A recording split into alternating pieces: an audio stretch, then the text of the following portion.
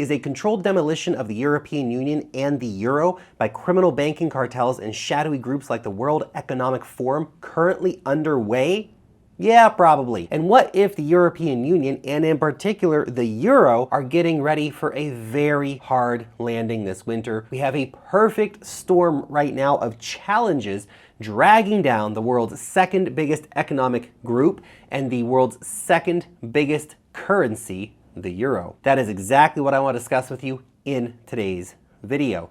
Now, before we do get into why all of this is happening, we just need to understand that the dirty fingers of groups like the World Economic Forum and mega banks has not gone unnoticed by people in Europe. But you may not even know that people in Europe have been upset, that Europe has been seeing massive protests across the continent this year. That is because the corporate media and the bootlickers working at those organizations won't ever dare tell you that your critically thinking and engaged fellow citizens are actually taking to the streets to demand some kind of change. Nope, not gonna happen. Now, with protests happening throughout this year, right across the continent, Romania, France, England, Italy, Moldova, Germany, Hungary, the Czech Republic, Belgium, others, the EU has basically faced a political shitstorm here. But strangely, much of these protests have basically been left out of the Western media on purpose. You have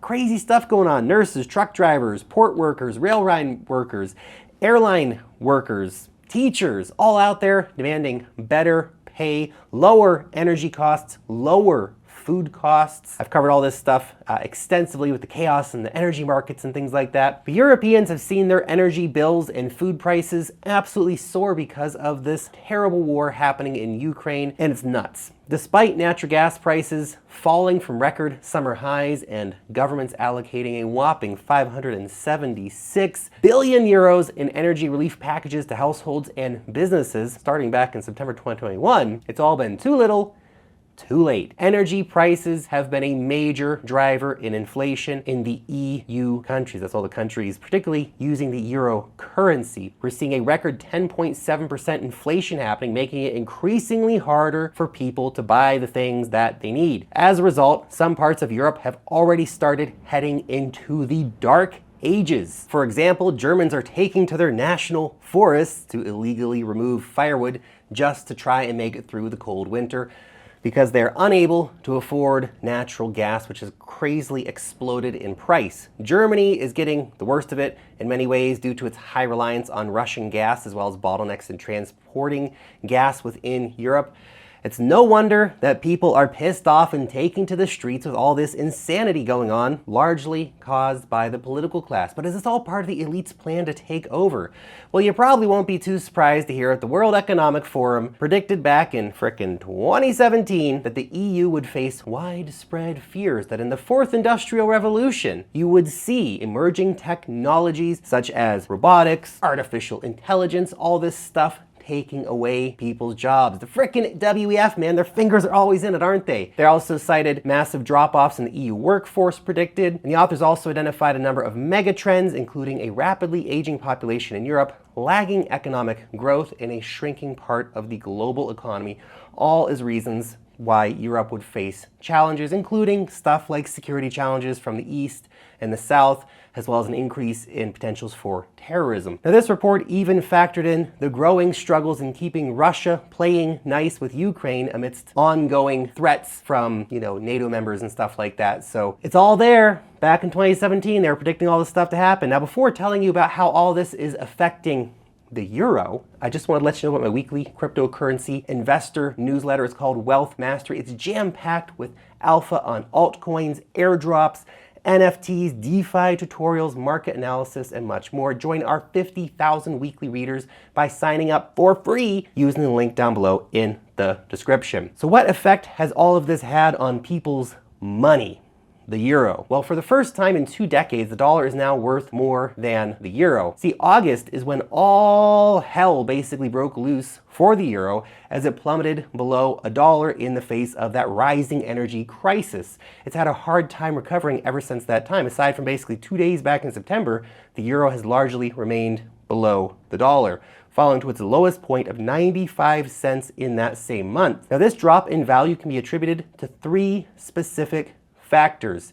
In September, the European Central Bank came out and announced the largest interest rate hike in recent years, with the ECB's three key interest rates each raised by 75 basis points, following basically in the policy footsteps of the US Federal Reserve, which carried out two jumbo rate hikes of 75 points in June and July. The second reason is that debt levels of individual countries within the European Union are a big factor that actually affects the value of the euro. We have countries like Greece and Italy and Portugal having some of the highest debt levels for years right now. Eurozone growth projections show little to no debt relief in the coming years either. And the third is the strength of the European economy is the final and more obvious way to gauge the strength of the euro more broadly. Strong economy means strong money. And as government spending and costs go up across the European Union, total revenue has remained relatively flat during that time, putting pressure on the government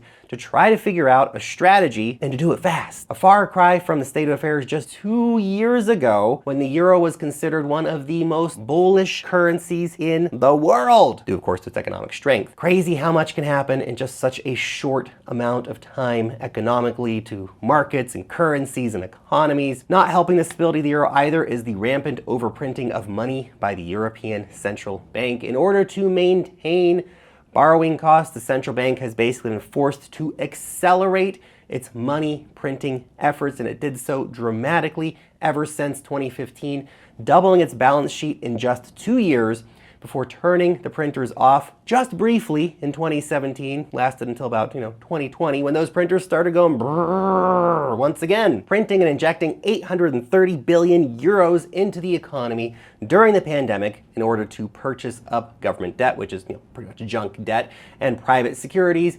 before the year's end in order to help prop up the economy. Now, without the ECB's massive monetary stimulus program, it's clear to investors that the indebtedness of the euro area countries, especially in the troubled southern wing of the EU, would be unsustainable. And likewise, the ECB has essentially trapped itself by continuing to accumulate more and more debt than it's capable of repaying. So, will the EU fall into a recession and thus weaken the euro even further? Well, the IMF is out here saying that half of the countries in the eurozone are heading towards a recession right now, with the economic strength of the European Union, of course, influencing the value of the euro, the people's money in their pockets, right, and what that's going to buy. A recession would spiral the bloc of nations further into panic, and the euro would likely fall beyond the control of the European Central Bank in such a scenario. The Economist Intelligence Unit, it actually lowered its growth forecasts for the global economy more broadly,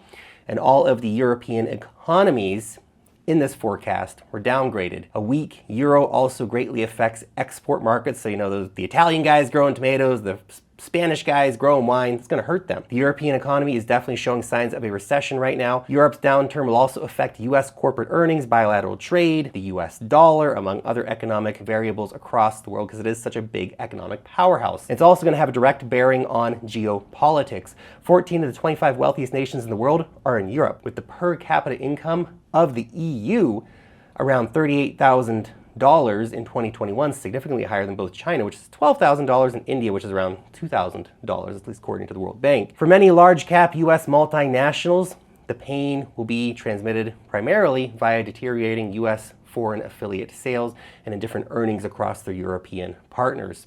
At last count, over 19,000 US affiliates were sprinkled across the region, generating some $3.3 trillion in sales back in 2019. Last year we have available data for. That's crazy. Basically, another self-made crisis with politicians making terrible decisions, bureaucrats and banks all rigging the system in their favor, screwing around with your money. Because remember, the people running the world, they're either criminally stupid or they're actually evil. And the conspiracy theories about shadowy groups like the World Economic Forum plotting to dominate society, it's all true. Either way, regular people are getting screwed, whether through ignorance or nefariousness. Okay, that's it. Subscribe now. See you next time.